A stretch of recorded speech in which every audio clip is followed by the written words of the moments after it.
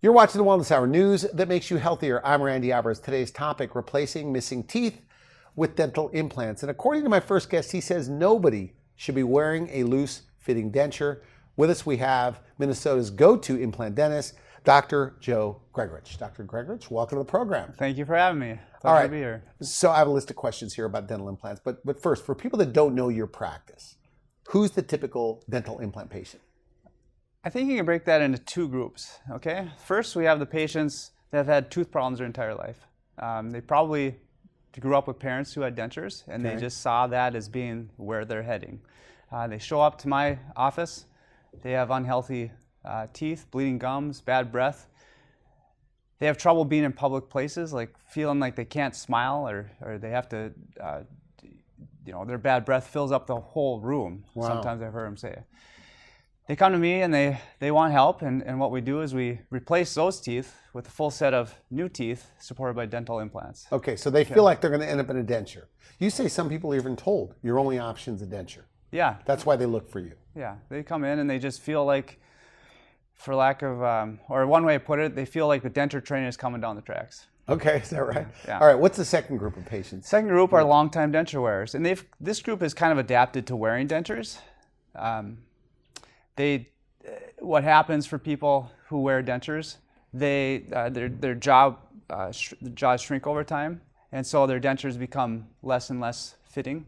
This group of patients, they go to a restaurant, Randy, and they look at the menu and they say, "What can I eat?" They don't eat what they want to eat. Okay. Okay. They also, a lot of times, these patients will, as they're talking to me, they have their hands in a place. They cover up their mouth sometimes. Even at the dentist?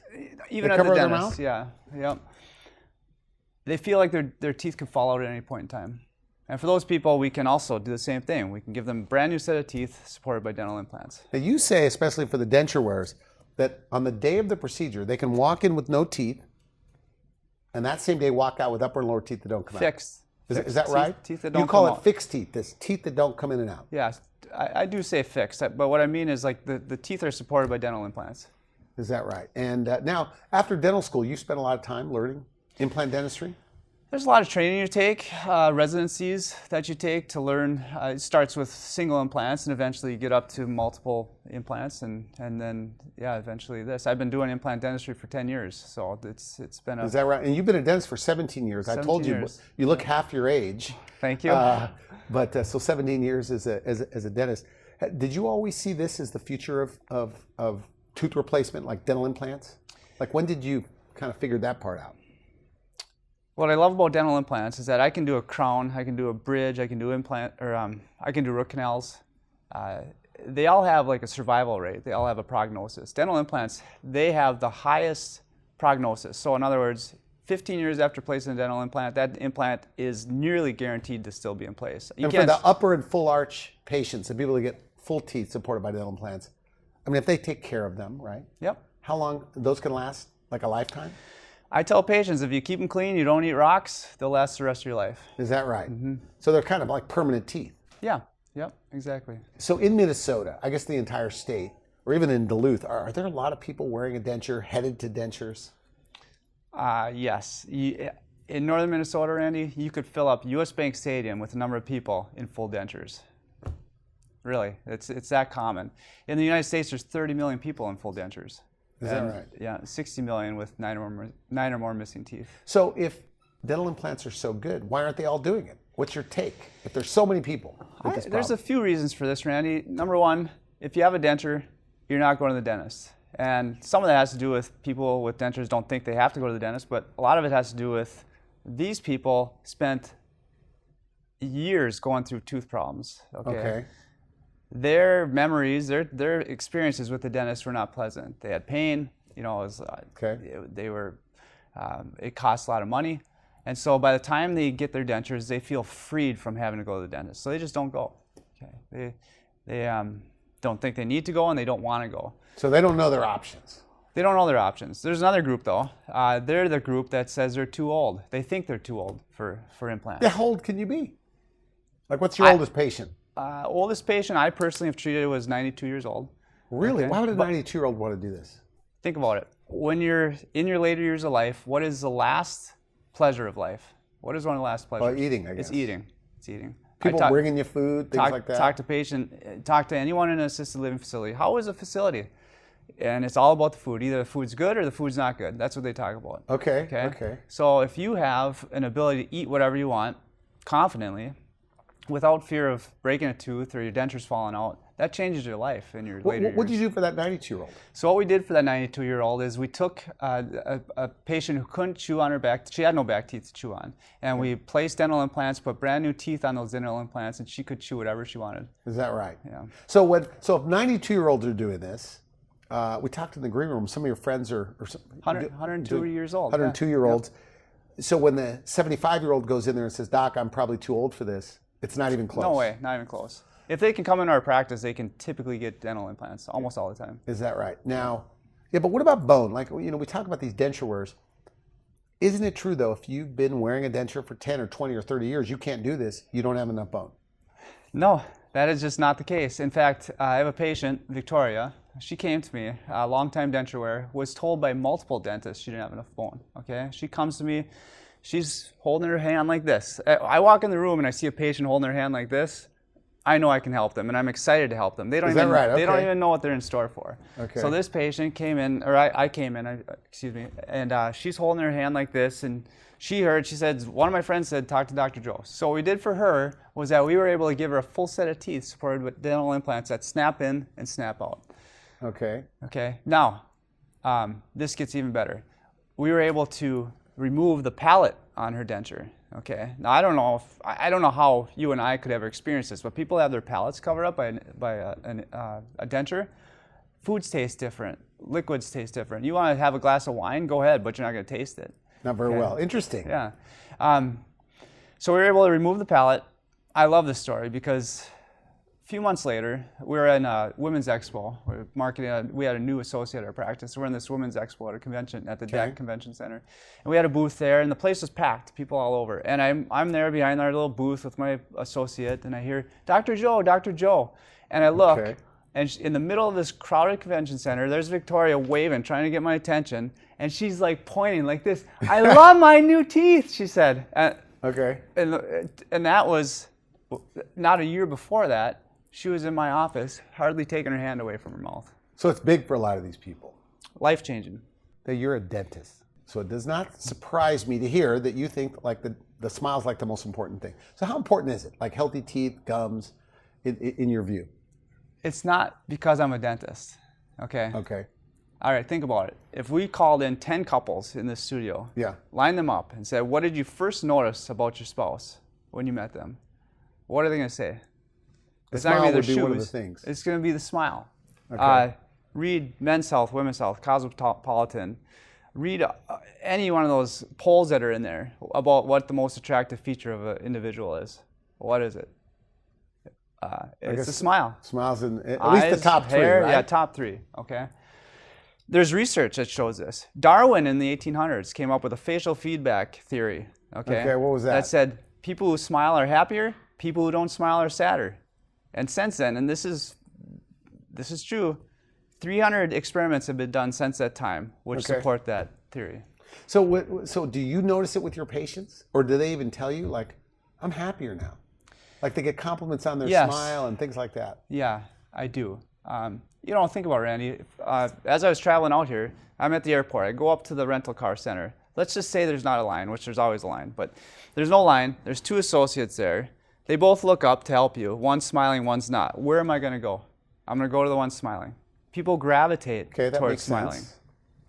It's our instincts. It represents safety. It represents a more pleasant experience with an individual. This reminds me of a longtime friend of mine. I graduated high school with her, and we had a need for a front office person in our office. Okay. And she applied for the job, and I've known her for a long time. I didn't know her well, but just knew her. And she comes in, and in preparation of her arrival, I wanted her to fill out a little form. I knew her, but our staff didn't know her. Our team didn't. So there's little questions, where are you from? What are your hobbies? And one of the questions was, tell me something that you want everyone to know about yourself. And on there she wrote, I have a resting bee face, okay? So she shows up. She looks mad all the time. All the time. So people got the wrong impression. Very pleasant, okay? Fast forward some time after working there, we take care of our employees' teeth. She comes in, she approached me kind of before her cleaning and said, Joe, I'm embarrassed about my teeth. I don't even want you to see my teeth. I can't stand going to the dentist. And I just assured her, this is just, everything's gonna be fine. And so during her cleaning, we talked about some things we could do to help her appearance. We ended up doing a full set of veneers. Okay. Gave her picture perfect teeth. Well, guess what happened? What? That unpleasant face, that serious face, it went away. She smiled all the time. She changed her Facebook profile to smiling, and she literally became a better version of herself. Randy, if someone doesn't like something about themselves, it holds them back. And I think we all know. Okay. I think we all know the attractiveness of a smile, right? We all know. Charisma. Charisma is a smile. If you try to define charisma, that's a good point. Yeah. So I think we all know that we should smile. So you can't be charismatic without smiling. Right. And everyone wants to be charismatic. So if we don't like our smile, it's going to hold us back one way or another. But the opposite is true as well. People with bad teeth, bleeding gums, stinky breath, bad breath, they feel they're being judged constantly. You look at like the movies, when the bad guys portrayed, what do they look like? They're typically not the ones with beautiful smiles. They got the bad teeth. They got the bad teeth. Or in the movies, if they're trying to make somebody look poor or uneducated, they give them bad teeth. Yeah. So. Did they tell you that? Like the patients say, I feel like people are judging me like I'm poor or uneducated. Yeah. And that to me is powerful because you're helping someone on a deeper level. You're not just helping them in a superficial way. You're helping them on a deeper level. You're helping them become a better version of themselves, become happier with themselves. The second part of this is that they come in, they want to be able to smile confidently. But the second part is that they can go out to eat and eat whatever they want. They realize that there's a lot more on the menus than they thought. Okay, they can go out, they can look at a menu and say, what do I want to eat today? And they can get it. We joked in the green room, and we were talking about. You said the most expensive part about this procedure is going out to eat all the time. All right. Yeah. So they eat out more. Yeah. Something else is that it leads to better health. And what I mean by that is, they go to their doctor with bad teeth and gums or dentures, and the doctor says, you need to get more fibrous foods in your diet. How am I going to eat that? I can't bite into a sandwich or a piece of pizza or sourdough bread. A carrot, don't even think about it. Like broccoli, things like that. You say they have a tough time eating like things, even like almonds. They don't have a prayer. Can't eat very well. Denture patients don't have a prayer of eating almonds, Randy. Is that right? I know a couple denture wearers. They never complain. Well, you're not a dentist, Randy. Okay. Sorry. So they complain to you. The people I see, they can't stand their dentures. They really. I don't think there's such thing as a happy denture wearer.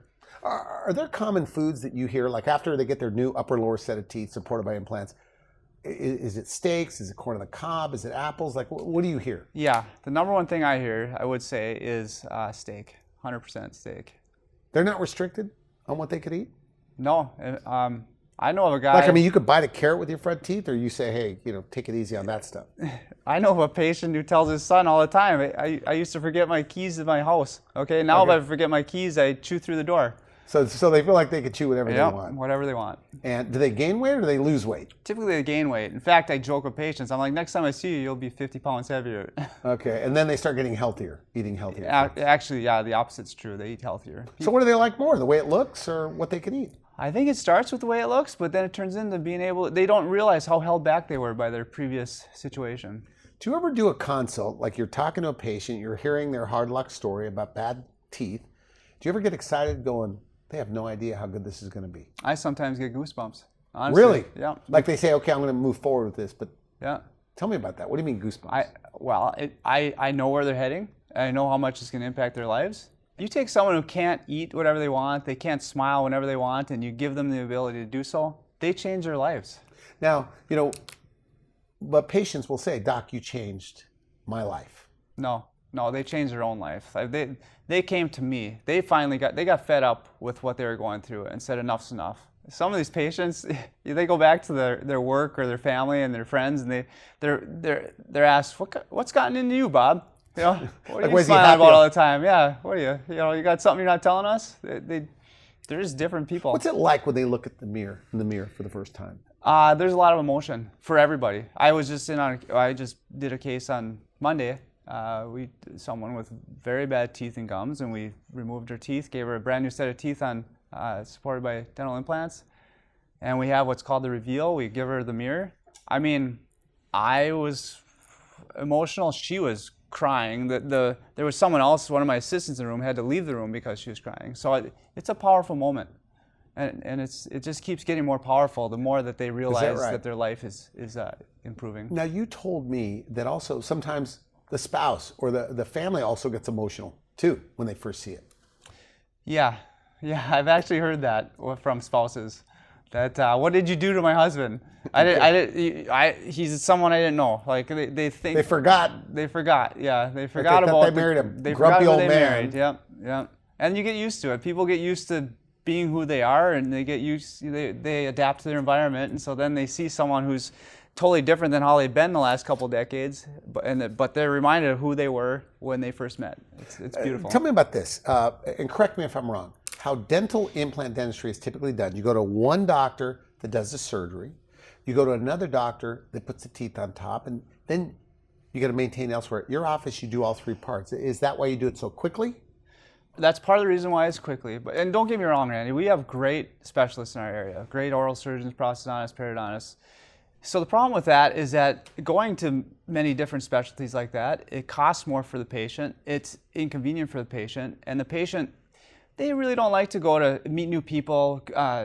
Think about building a relationship and a trusting relationship with someone that's going to work with you in your mouth. We have that relationship with our patients, and if we can keep their treatment from start to finish under our roof, coming in to meet the people that they're familiar with, things as simple as parking is stressful for a patient to go figure out parking in a new place. They don't like going to the dentist that much. No. Now, you also print the teeth, like in the next room?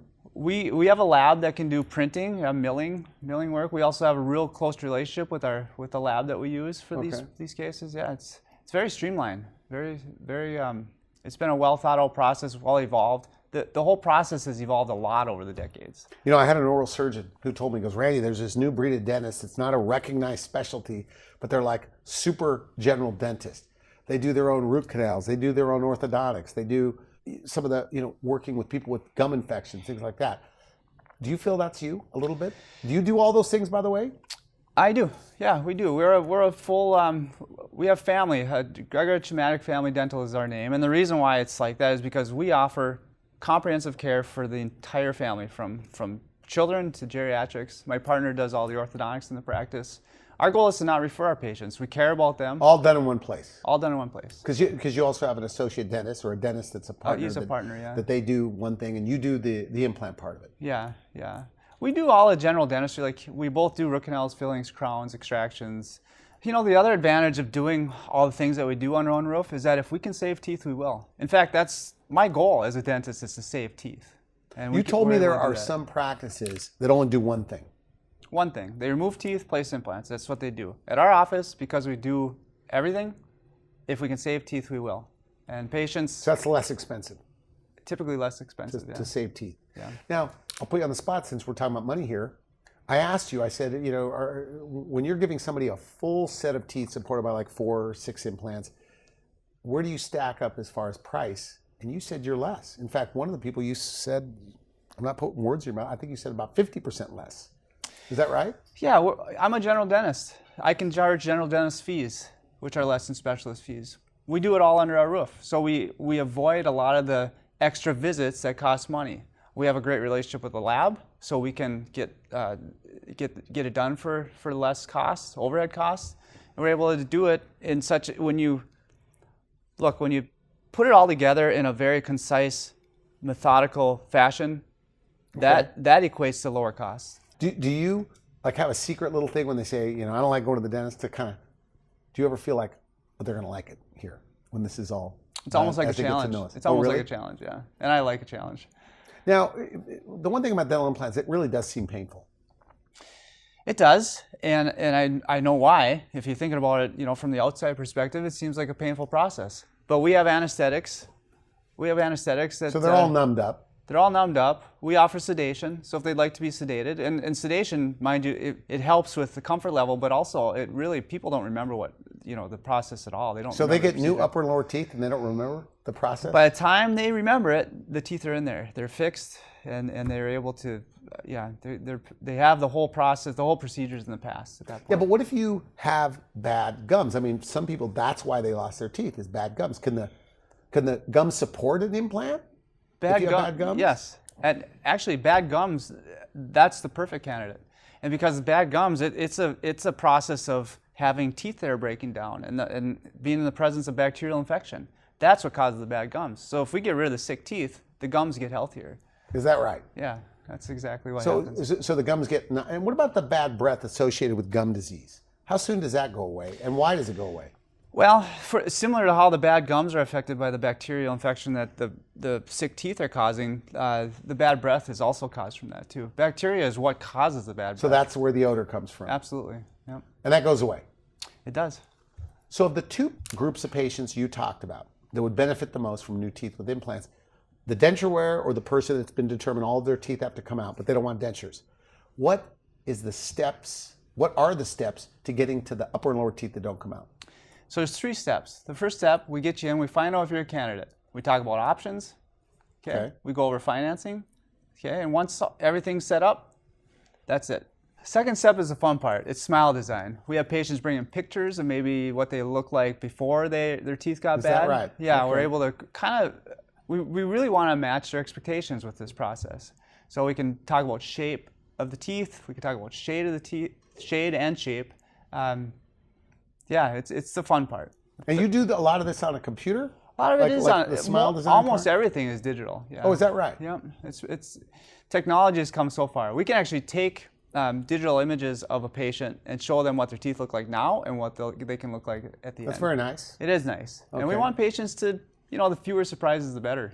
So once you do the smile design, as you call it, what's next?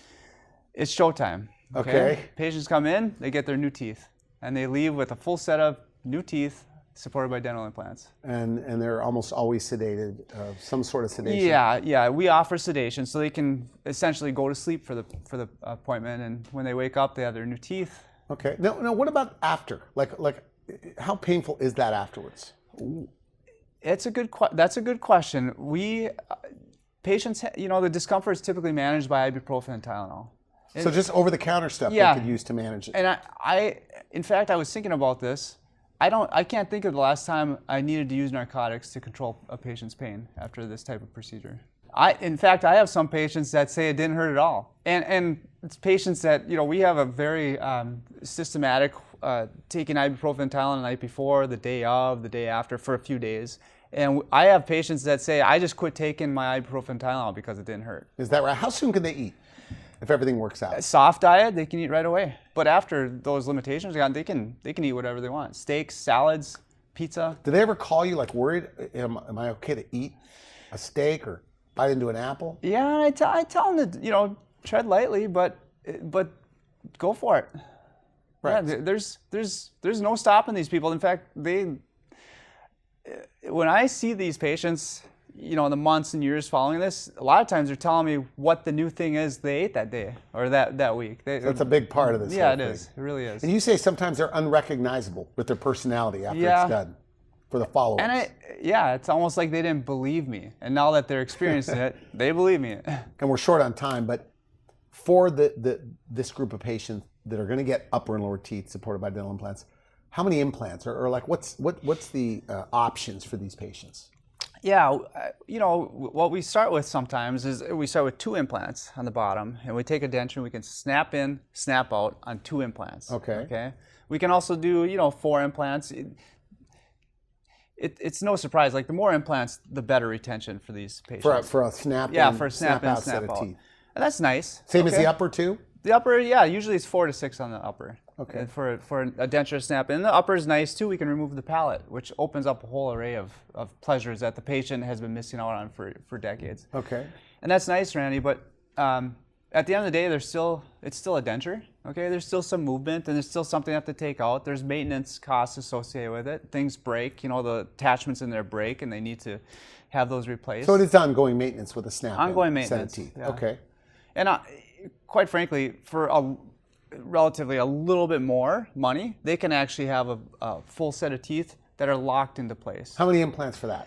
Typically, it's the 4 to 6 implants. Okay, and the full set of teeth, upper and lower teeth, can get secured to those implants, and they don't come out. Okay, It sounds like that's what everybody wants. That is that what right? everyone should want. It's better. Can you graduate somebody that starts with a snap-in set of teeth and move? Absolutely. In fact, you can use the same implants. So the implants that are in there, a lot of times you can use the same implants. So the implants that are in there that they snap their denture on and off, we can a lot of times use those implants, maybe add a few more, and then actually secure a full set of teeth on those implants. So with all the maintenance of a snap-in, snap-out denture, I mean, I don't know the answer to this.